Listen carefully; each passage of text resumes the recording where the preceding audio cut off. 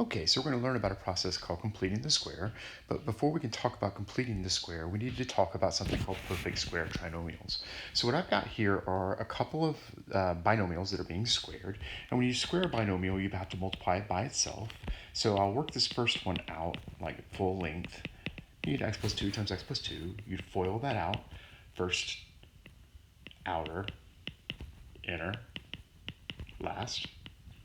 And that would give you x squared plus 4x plus 4. Now I could do the same process for these three below, but I'm going to do a quick multiplication. X plus 5 times x plus 5 would be x squared plus 10x plus 25.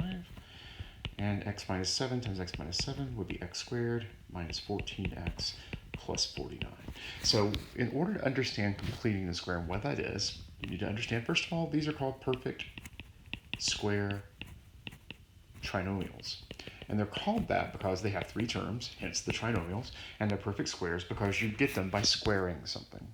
Now, perfect square trinomials always have a pattern that is the same. If you look at the constant term, 4, 9, 25, 49, and look at the number we started with in the parenthesis, you can see that we started with 2, we got 4. We started with negative 3, we got positive 9. Started with 5, got 25. Started with negative 7, got 49. The relationship between those is that this is the square of the number we started with.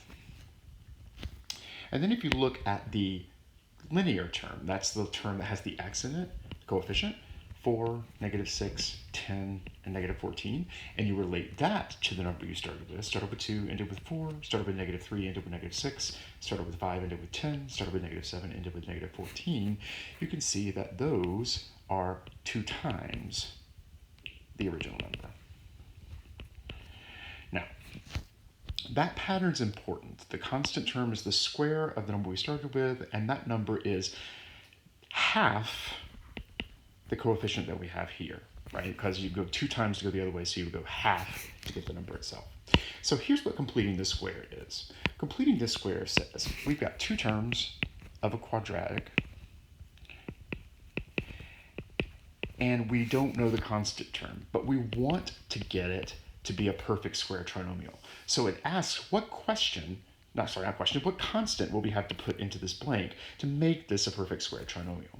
So if you look at the pattern that we had up above, we have this middle term, which means we have like this thing. If we wanted to go and get the number we started with, we would have to take half that number. So this would have started with